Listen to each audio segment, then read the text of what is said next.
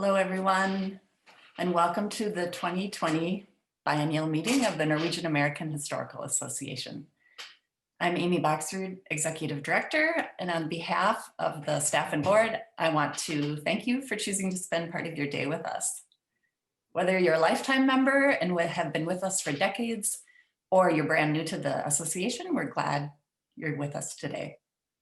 Before we get started, I have just a few announcements. First on our agenda today is a keynote with Erika Jackson. We're very happy to have her with us. Following her presentation, there'll be an opportunity to ask some questions with the help of our moderator, Anna Peterson.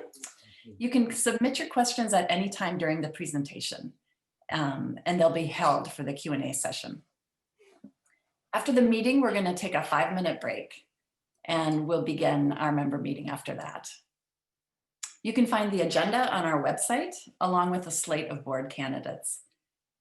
Everyone is welcome to attend the meeting, and members are eligible to vote in the election. If you're not a member, feel free to stay online. It's a great way to learn about the association and our mission to locate, collect, preserve, and interpret the Norwegian-American experience. So without any further delay, I will turn it over to Anna Peterson, our editor, who is Associate Professor of History at Luther College in Decorah. Thank you, Amy. It's my pleasure to introduce today's keynote speaker, Dr. Erika Jackson. Erika is currently Associate Professor of History at Colorado Mesa University, where her teaching and research interests include women and gender history, immigration, race and ethnicity history, the history of sexuality, whiteness studies, labor history, the history of girlhood, and more. She has written extensively on these topics, including co-editing and contributing to a recent volume that just came out called Nordic, Whiteness and Migration to the USA, a historical exploration of identity. She's currently working on a book project entitled Rebel Girl, a history of girlhood and feminism in the 1990s. And today she'll be speaking on the topic of her first book, published just last year in 2019. I have a copy here, called Scandinavians in Chicago, The Origins of White Privilege in Modern America. Her talk today is entitled Becoming White, The Case of Scandinavians in Chicago. As Amy already mentioned, following Erika's presentation, there'll be a brief Q&A session that I will moderate. And as she also mentioned, you can submit your questions at any time during the talk or following the talk using the Q&A function that you'll find at the bottom of your screen. But first, Dr. Erika Jackson. Thank you so much. And I would like to take a moment to welcome everybody and to thank you for joining us today. I'm very excited to talk about my ongoing work and my first book project and my most recent co-edited volume. So without further ado, I'm going to pull up my PowerPoint for you here. Okay. So I'm always interested in learning more about sort of the origins of individuals' book projects. This book was my dissertation. It is heavily revised, obviously, and this took 10 years of research and writing and you know, blood, sweat, and labor to put together. And so I began research on this first book, Scandinavians in Chicago, in 2008. And my work has taken me to a number of amazing archives all across the country and internationally as well. So I had the distinct privilege of being awarded the Olson Research Fellowship in 2009 at Augustana. And so I did a pretty good bulk of my research at the Swenson Swedish Immigration Research Center in Rock Island. I also was, very grateful to be able to have such close proximity to Chicago when I was attending Michigan State. And so I did research at the Swedish American Archives of Greater Chicago at North Park University, at the Chicago Public Library, Newberry Library, the Kenilworth Historical Society. And I also had the opportunity to do research at the Swedish Immigrant Institute at Växjö, Sweden. And also I went to Pacific Lutheran University to research at their special collections. And so this project is very dear to me. I'm also always interested in hearing about why authors take on the projects that they take on, because there's always a little element of something that's deeply personal that you're going to commit a pretty good bulk of your life to researching this topic if you're writing a book on it. And so this was a very personal topic to me. My mom's side of the family is Swedish American. And my mother's great grandparents were immigrants from Sweden. So their names were Sven and Ellen Svensson, but that was Americanized into Swan Swanson. And they settled in Morley, Michigan, which is a small farming community in Western Michigan. And regardless of the amount of time since immigration and the process of Americanization, my mother's family retained many of these symbolic Swedish traditions. Many of the ethnic jokes that, I've sort of come to know as commonplace. Even with my generation, I was exposed to the traditions of home, so Saint Lucia, Christmas services. And this was, part of this quest for identity, like I had just mentioned before, that I'm also adopted. And my birth parents were of Norwegian descent. And so really kind of figuring out the differences in terms of ethnicity and what that meant, but also really sort of searching for some sort of identity growing up. So this got me thinking about cultural and ethnic and racial stereotypes that Americans have and had of Scandinavians, where these stereotypes originated from, and why they have such a long legacy in shaping the viewpoints that we have of Nordic people to this day. So I wanted to begin by reading to you a selection from the introduction to my book. And I wanted to, use this introduction to frame the topic of my study, because this is one of those primary sources when I was working in the archives and I came across it and I just said, this is going to be at the front of my book. So in 1908, the Chicago Daily Tribune announced a so-called international search for the world's most beautiful living woman, as you can see the headline at the top, through this photographic newspaper contest. And this method of entertainment was a product of newly acceptable forms of urban commercialism. Promoters invited women from Western European countries and from the United States to become contestants in the pageant. The implicit goal of the competition was to attract suitable migrants and businesses to Chicago by creating these positive associations of the city with physical beauty. So this pseudoscientific racial hierarchy that placed Nordic people at its apex weighed heavily upon the opinions of Americans during the early 20th century. It was no surprise then that the article's author assumed that the winner would come from either Sweden or Norway, obviously. So the article translated announcements of the pageant from Swedish and Norwegian for Chicago's readership. In an effort to establish credibility for the contest, both countries selected a beauty jury, and you can see the different beauty juries in this article. These were made up of famous literary and artistic representatives who could judge aesthetic feminine qualities. According to Laura Fittinghoff of Eden, Sweden's national pride hinged on the public social perceptions of Nordic femininity, which illustrated the larger potential of Scandinavians from an international perspective. The Chicago Daily Tribune's focus on the International Beauty Contest offers this essential view of the ways in which Scandinavian and American writers participated in this intricate social construction of Nordic whiteness. During the 19th century, Victorian Americans really came to shun such unrefined public displays of the female body. P.T. Barnum's introduction of the Portrait Beauty Contest embraced the ideology of the public and private spheres and invited respectable women to submit photographs instead of physically displaying their bodies.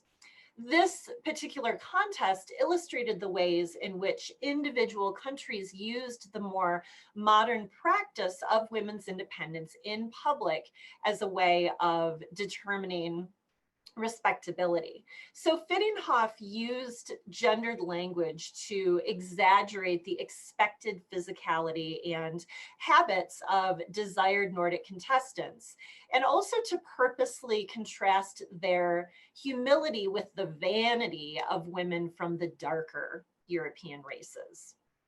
So, as a matter of general knowledge, Fittinghoff wrote, Swedish women possessed an element of racial fitness that she said was better preserved than the degenerated countries of the South.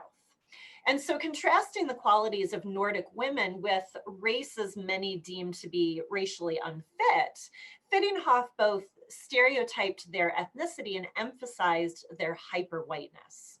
Such modest blonde daughters of Sweden who embodied loveliness, grace, symmetry, daintiness would be difficult to locate given the assumed vulgarity of these beauty contests. Eden's original article was not written for an American audience, and therefore it represents this more authentic presentation of the diversity of Nordic whiteness from the Scandinavians' perspective. Fittinghoff ultimately did not identify a woman with blonde hair as being the most beautiful, and instead described the typical northern beauty of Västerbotten as having dark blue eyes and heavy dark hair. Despite their brunette tresses, she emphasized that their fair complexions and tall, slender bodies fit into idealized racial categorizations of anthropological study. The Daily Tribune's coverage of this international beauty contest illustrated intercontinental understandings of racial capital, informed by public musings on the importance of Nordic whiteness. The concept of Nordic whiteness was an essential racial construct which embodied hyper-whiteness, so a set of assumed interconnected ethnic characteristics, and it granted social privilege to those who could claim Scandinavian heritage. This theory was a product of the dangerous progression of the late 19th and early 20th century anthropological discussions of race that nativists would later employ as a means of determining fitness for American citizenship. So I want to talk a little bit about the aim of this study, as well as my larger argument in this book. So Scandinavians in Chicago explores ideological as well as gendered concepts of Nordic whiteness and Scandinavian ethnicity that were employed by native-born Americans in Chicago during the late 19th and early 20th centuries in order to construct social hegemony, or basically the social power. The book advances a comprehensive understanding of the Scandinavian American experience by examining the process by which Nordics became the embodiment of what it meant to be white in America. My aim is to emphasize the significance of this intricate cultural interplay between native-born Americans and Scandinavian immigrants in the process of constructing Nordic racial hegemony. During the 1890s, anthropologists and race scientists who were influenced by nativist rhetoric created this racial dogma that positioned all European people on an imagined yet static hierarchy that situated Nordics at the top. American historians and newspaper editors, other writers, repeated and expanded this language of Nordicism. The common response of immigrant newspapers was to defend their race within the press, most commonly. In contrast, foreign language newspapers and historians and writers mirrored these ideal racial and ethnic perceptions of Scandinavians that were created by the American press. And so this is what we get over time, though, with this notion of Nordic whiteness. So rather than constructing an authentic persona of the common Nordic immigrant, Scandinavians chose to play upon the observations of the American media as a means of benefiting their cause. By the end of the 20th century, however, this exaggerated image of the idealized Nordic man and woman loomed as an inauthentic, highly sexualized stereotype from which Scandinavian Americans sought to separate themselves. In this unique perspective, the Scandinavian struggle for racial and ethnic legitimacy occurred in reverse. By studying the process by which Scandinavians maintained this sort of control over how they perceived their own whiteness into the 20th century, this book provides further perspective on the historical construction of both race and gender. Prior to the 1970s, male scholars dominated the field of Scandinavian American history. And such narratives poured over these masculine Viking traditions, and while excessive in revering the past, offers an important analysis of Nordic masculinity as well as racial hegemony. And so by understanding the process by which Scandinavians became a privileged immigrant group in Chicago, we can further address the problems encompassed in contemporary viewpoints toward immigration, race and ethnicity, and also how white privilege underlines these issues. So I also want to lay out a few definitions and terms, as well as talk about my main influences in this body of literature. So because of Nordic exceptionalism in America, the main question that drives my research is not so much how Scandinavians became white, but rather how they became civilized. And these terms are all wrapped up within one another as well. So I'm greatly influenced by Matthew Fry Jacobson's notion of the fracturing of whiteness, where race became a biological determinant that signaled destiny. And ethnic stereotypes became a staple of American culture. And they reflected the fears and the anxieties of negative social change to accommodate this flood of what many Americans, native-born Americans, considered to be strange folk. So in her examinations of whiteness and gender, I am also greatly influenced by the work of the late Ruth Frankenberg. Until recently, the study of American ethnic history focused almost entirely on groups, like I mentioned before, that had to fight for legitimacy, operating under this premise that those who had uncontested whiteness required no further study within the historiography. So this normative whiteness, according to Frankenberg, is this location of structural advantage. This is based on an assumption that one's whiteness is normalized, invisible, and therefore unproblematic. Whiteness is a standpoint where white people look inward, they look at others, and they look outward to society. And white cultural practices often can be unmarked or unnamed, according to Frankenberg. So analysis of the reception of Scandinavians in America illustrates the complexities of whiteness during the late 19th and early 20th centuries. Jörn Brundahl argued that historical assumptions often categorize Scandinavians as indisputably white, despite the fact that racial thinking on Nordics indeed has shifted over time. According to nativists, Scandinavians were more willing and they were racially more able to assimilate because the group provided the least amount of difference from the Anglo-American old stock. And Brundahl's examination of the nativist literature and this literature that excessively venerates ancestors of the late 19th and early 20th centuries confirms this messiness of the racial hierarchy, though systematically locates order through an ideological division of romantic versus scientific traditions of race. I'm also greatly influenced by the work of Arne Lund, who argues that being Swedish in the United States represents this particular type of whiteness related to the Nordic race and defined by an imagined biology of race, while the Scandinavian category signaled ethnicity and difference, so foreignness and culture and gender roles, language, class, so on. What these categories do not consider is the extent to which terms were used interchangeably by Americans and Scandinavians, regardless of critical thinking about the dichotomies of race and also ethnicity.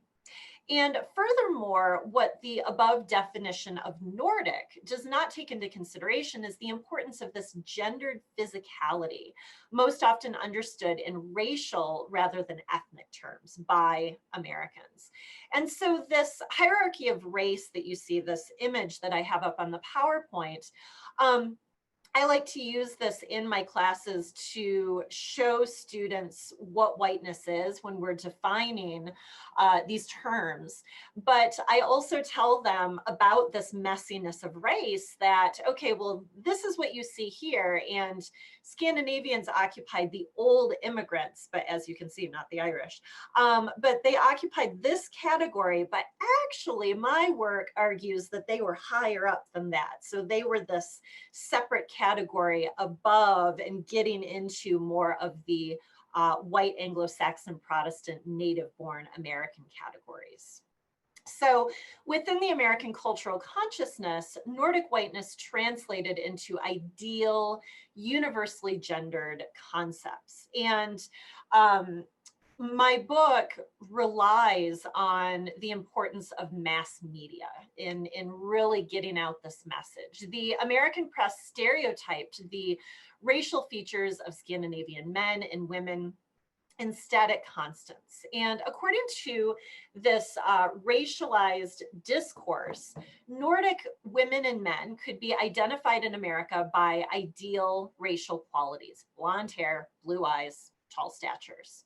Americans employed terms such as hardworking and virile and trustworthy as exhibitive, feminized, and masculinized ethnic traits. Historical considerations of Nordic whiteness cannot be fully understood apart from this social construction of gender as part of the larger process of defining race and ethnicity.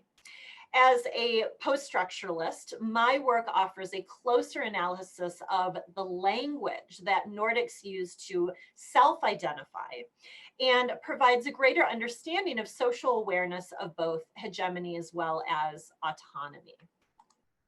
So I want to briefly touch upon what I sort of consider some of the major contributions of this work. And I also wanted to show some of the images from this work as well.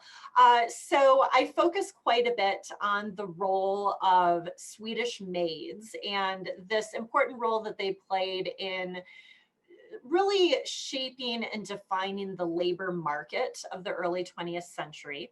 The job of Swedish maid, which was just kind of a catch-all term for Scandinavians who worked as domestic servants. This job offered Scandinavian women vast social benefits, as I argue. So they were able to acculturate to American customs. Many lived in these palatial North Shore homes. And many were able to move up in social status by earning good living wages. The bulk of this chapter in particular focuses on the experiences of a woman's family. Her name is Stina Hirsch, and she wrote this fantastic master's thesis for DePaul on the experiences of her family working as Swedish maids at the turn of the 20th century. And so it was invaluable resource for my research in particular. And those experiences, I of course take them apart because they were wholly positive. There really were very few negative things that she had to say about her family's experiences. Swedish maids became the subject of cultural jokes in America, not because of race, but assumptions of intelligence, the servile nature of the position, as well as just the general othering of immigrants that happened during this time. And so you can see here, this is a image from a short film that was called Sweetie's Hero. And this, all of these films, there were 29 comedic short films that were produced between 1914 and 1960 by S&A Studios, featuring the American actor, Wallace Beery. And he represented a caricature of the typical Scandinavian servant in the 20th century. Sweetie was stupid. She was physically repugnant. Wallace Beery dressed in drag to play Sweetie. And she was hardworking to a fault. So really kind of playing on these ethnic jokes of the day.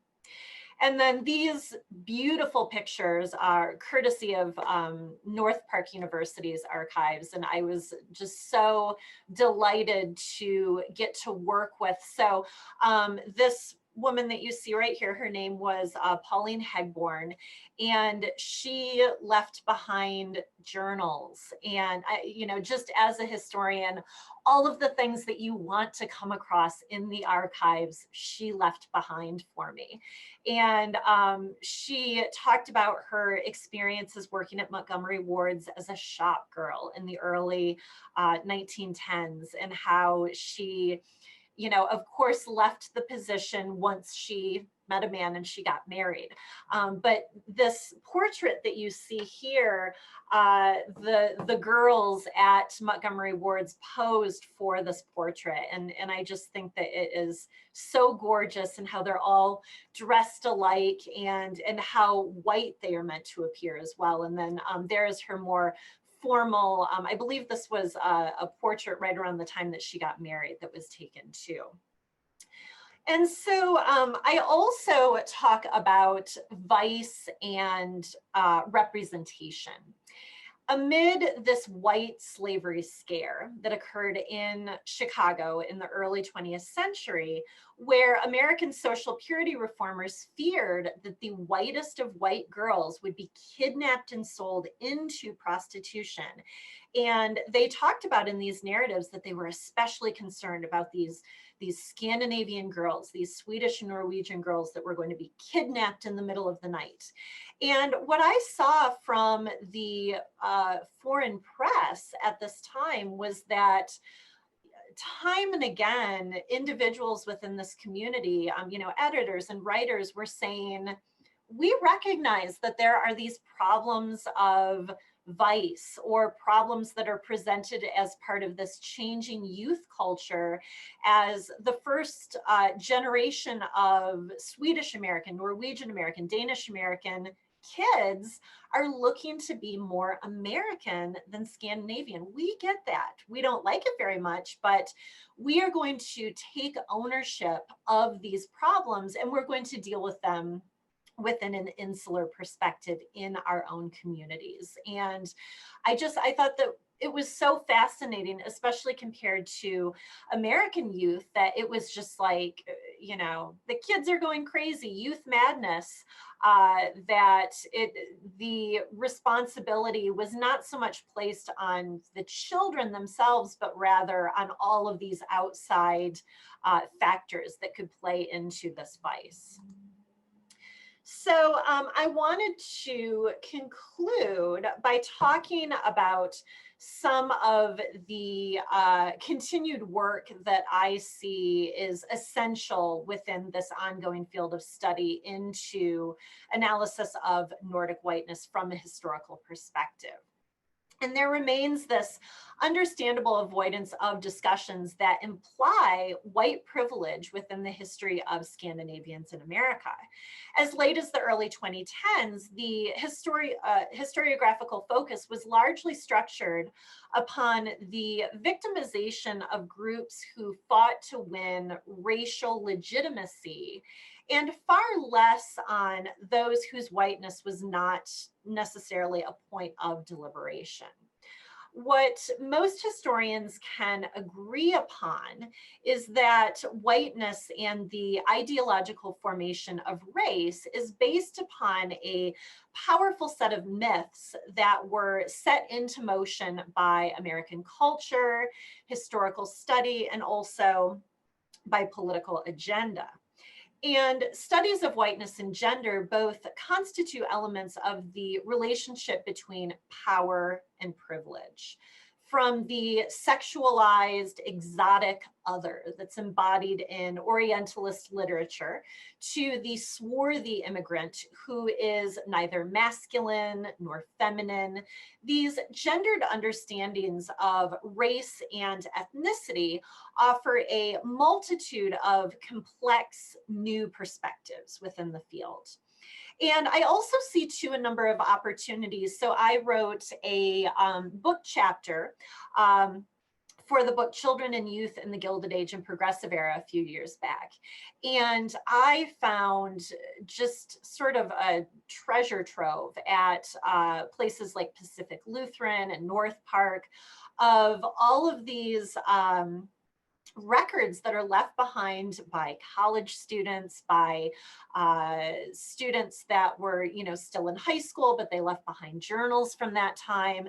And so over the years, like over the past, 4 or 5 years, I've become much more interested in looking at the perspective of youth because it tends to be omitted from the standard narrative, because there's sort of this notion that like memory is not fully formulated for youth or something to that effect. And so I've really wanted to kind of give that autonomy back to those historical actors who left behind these wonderful records. And so I also see great opportunities for looking at the perspective of Scandinavian youth in particular. And also these intergenerational conflicts as well. And then last but not least, I also see great opportunities for study into other urban areas across America of the experiences of Scandinavians in those places. And then also the interactions of Scandinavians with other ethnic groups, with other races. There were a number of different things that I found in my research that looked into the interactions of Scandinavian Americans with African Americans, particularly on the South Side, where their communities butted right up next to each other. And so there are great opportunities for research into that field as well. And so I wanted to leave well enough time for any questions.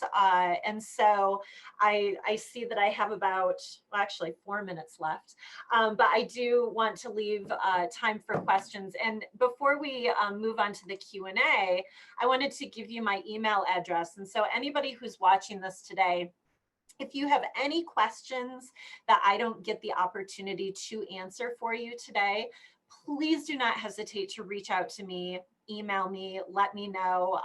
I love getting emails from people who are interested in my work and have questions and want to engage with me. I know that I always feel a little hesitant about like, oh my gosh, I love this person's work so much, but I could never contact them. That'd be so scary.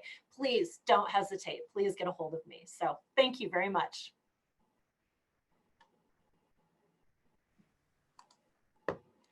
Thank you, Erika. So now, yeah, you left us some good times for questions here, and I thought I'd take the prerogative as the moderator to ask the first one, and then we'll get to some of the ones in the Q&A. And for those of you who are wondering anything, here's your chance. Type it into the Q&A, and I'll ask Erika for you.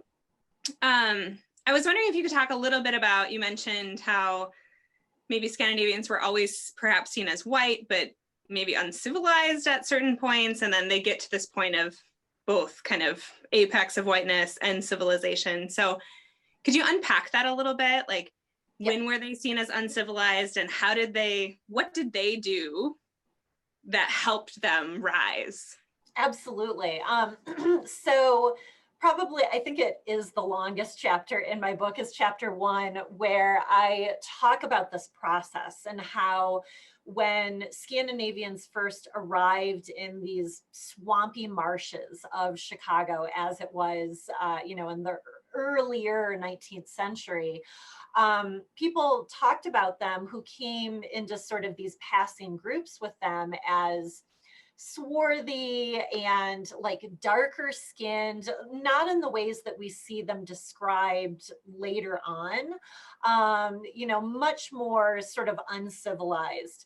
And so in these earlier years of when they lived in places like Swedetown, which if you look at a map of Chicago today, Swedetown was like present day downtown, the Loop of Chicago, but it was not a very nice place to live during the 19th century.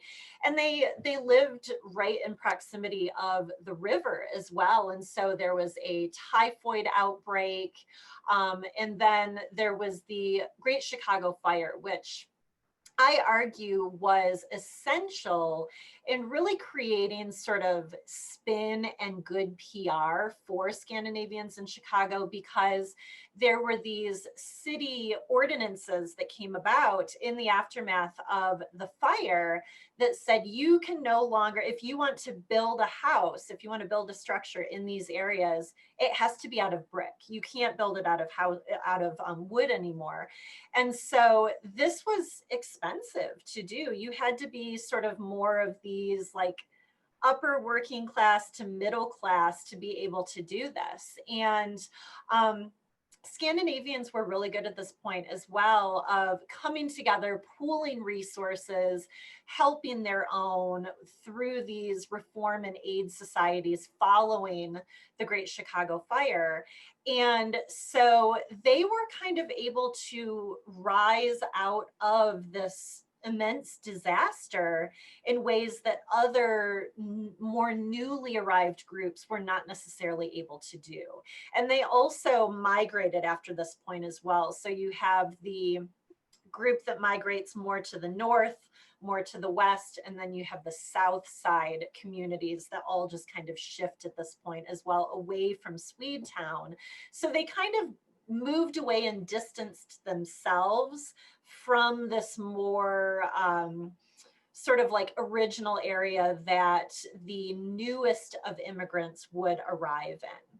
And they also did really interesting things as well, like they fought constantly with their Italian and Irish neighbors.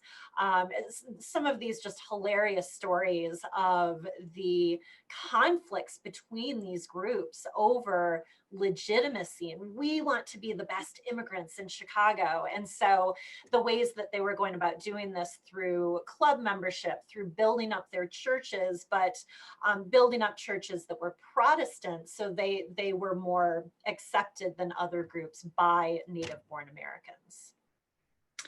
Yeah, and one of the questions that came in kind of specifically speaks to that, wondering about how when large numbers of immigrants came from Southern and Eastern Europe, it boosted the status of Scandinavians. Oh, absolutely. Yeah. Yeah. And you, obviously your book is about Chicago, and that's where you did your research on, but there are a number of people who are wondering what you think, like how does this compare, if you know, right, to what was this like outside of Chicago? What was it like in rural areas? What was it like on the West Coast? You talk about Pacific Lutheran. Are there differences, or do you see this as really a case study that could be applied to a multitude of places? Oh man, that is a great question. I see in the research that I've done that this ideal of Nordic whiteness translated in a number of different communities, but we have a number of different factors as well. So like, for example, in Seattle, there's a much sort of diverse group of individuals who are settling into those areas, that when this notion of whiteness is contested by all of these different groups, we see that in very similar ways, Scandinavians sort of rest upon these clubs and these organizations and these ways to really sort of demonstrate we want to be here and we want to build something within this community that's going to benefit everybody. It's not just going to benefit us, it's going to build up the community at large. And so I absolutely saw that in Seattle, in Milwaukee, Minneapolis, St. Paul, obviously. And so really in urban areas. But then when we get into more rural areas, all of these contentions with Indigenous people, for example. And there's a chapter, shameless plug here, in Nordic Whiteness that deals with these interactions and these contestations with people of sort of disparate races that don't look so great on behalf of Scandinavians during this period of time. Yeah.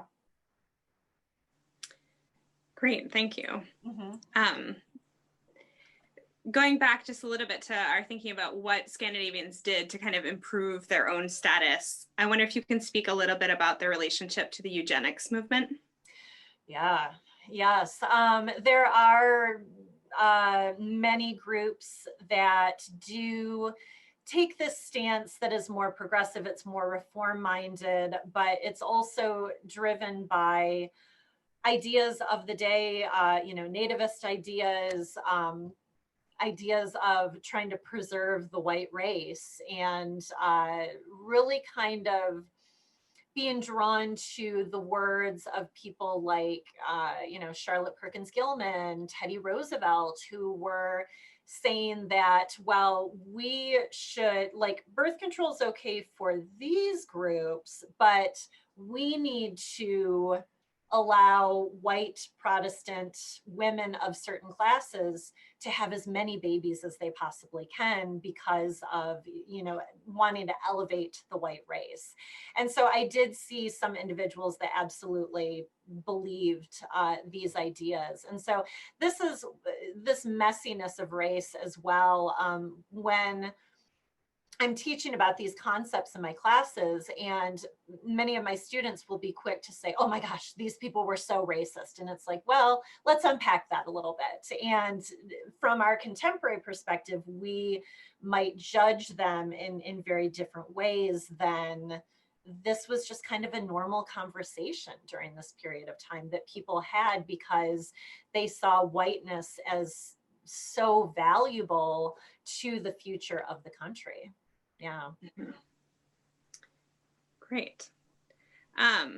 There are, given that this is the Norwegian-American Historical Association, there are some questions about the differences or similarities. The book and you and your talk about Scandinavians. Mm-hmm.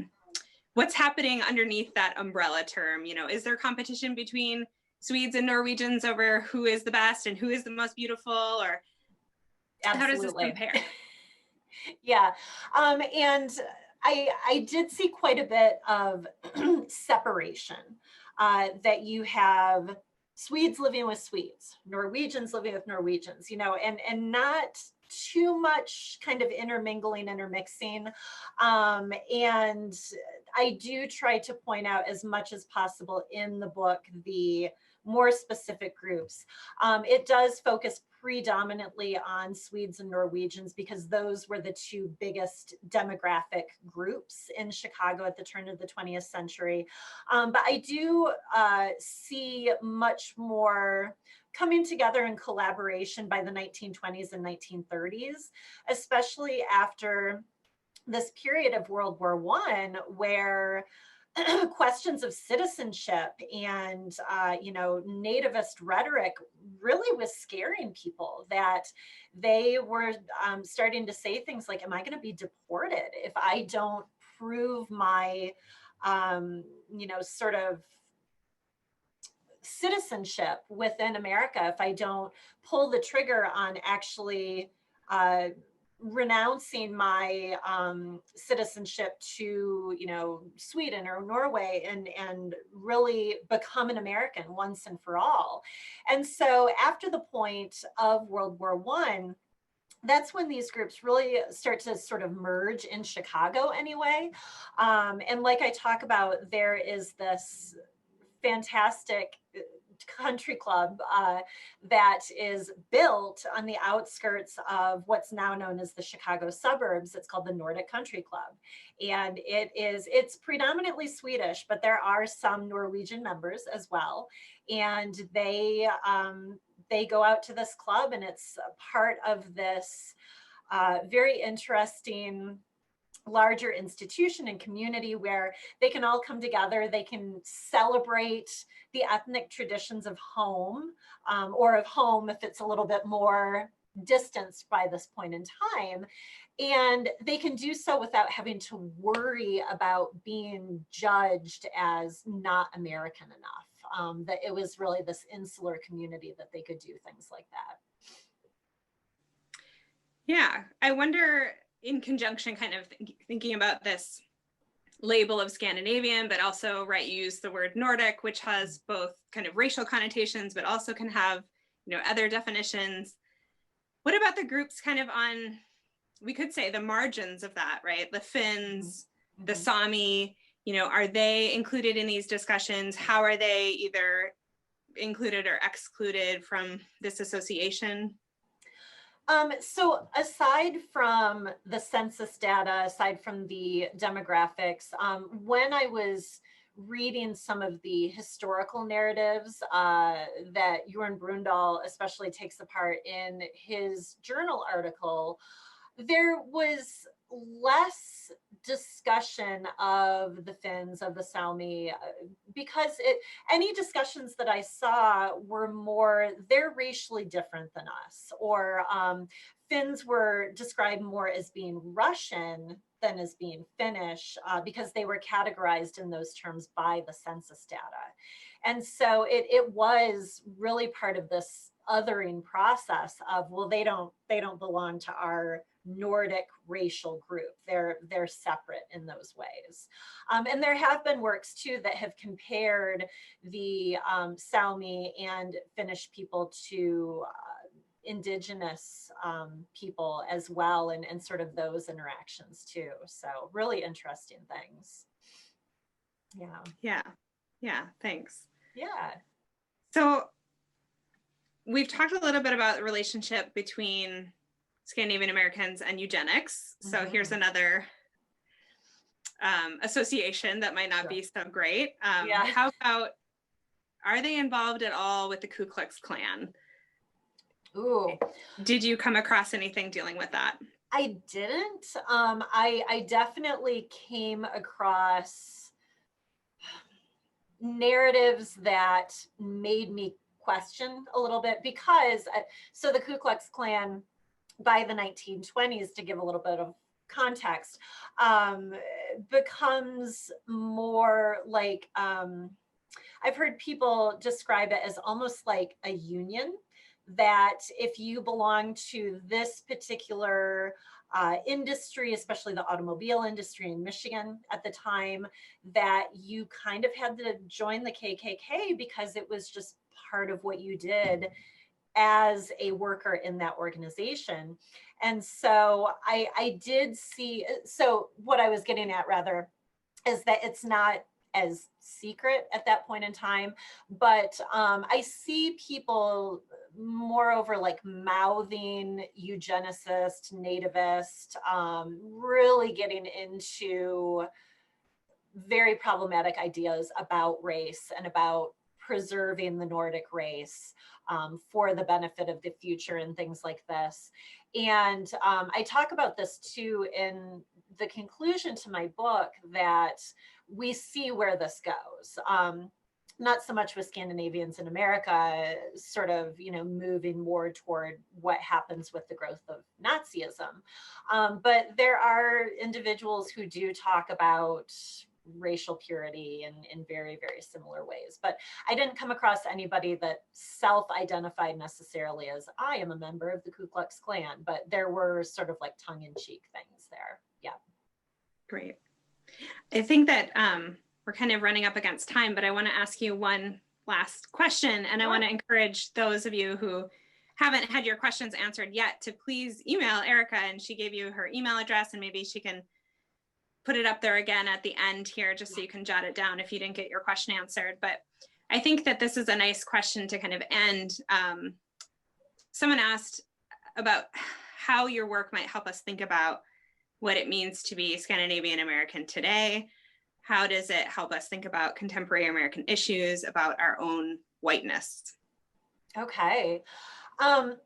So I also write in the conclusion to my book about new things that have come about recently, like DNA tests, sending off your DNA and having it analyzed. And for a number of reasons, I still haven't done it. I do think so my dad had an experience where my entire life, he told me, oh, I'm almost entirely Native American. My mom finally got him to take the Ancestry.com test. He's much more Irish. That is his new identity. Or I mean, it's jokingly, it's not like I'm Irish now, but I think it's very interesting how these new technologies have complicated race and ethnicity, but also have gotten us from a contemporary perspective to think about ourselves in these different ways, and the ways that we self-identify as, I'm Swedish, I'm Norwegian, thinking about how distanced many of us are now from those ethnic origins and from those ancestors. And so, I've thought for myself, like, I should just do it, but I also don't know how I feel about the government owning my DNA. So, but yeah, I think it's very interesting to sort of think about these identities. And I'm always so excited when, especially I go to any major city and there's like a little store that is like a Scandinavian store, a Swedish store, Norwegian or whatever. And I can get some of those products or food products, especially that I love. And just kind of seeing the longevity of that culture within America, and how it's something that is still a source of pride, and something too that can be distinguishing for people as well.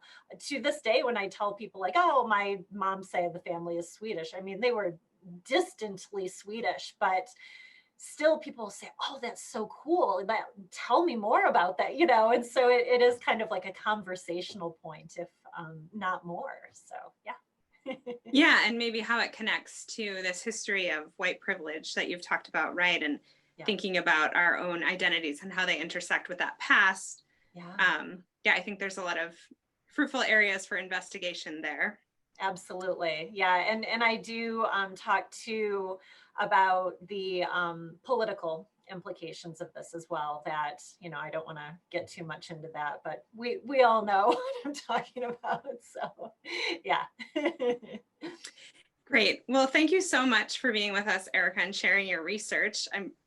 I'm sad that we can't all have this resounding applause for you since everyone is muted, but I will give you thank you so much.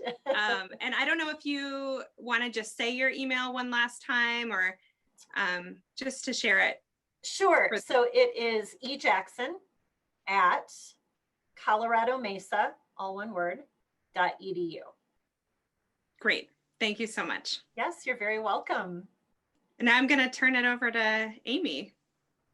Yeah, I want to add my thanks. That was incredible. Thank you so much, Erika. And Anna, thank you for being our moderator and fielding those questions. And I want to invite you, when this all blows over and we can travel again, we want you to come visit us in the NAHA archives so we can show you some of the materials we have in our archives. And we'll take you around Norwegian and Scandinavian Twin Cities. Oh my gosh, I would love that so much. Yeah, I'm going to take you up on that. Please do. Yeah. We would love that. All right, we are going to wrap it up for the first part of our biennial event. This concludes the keynote. We are going to take a 5-minute break, and then I invite everyone to just stay tuned. We will be back at this spot in 5 minutes, and we'll start our abbreviated member meeting.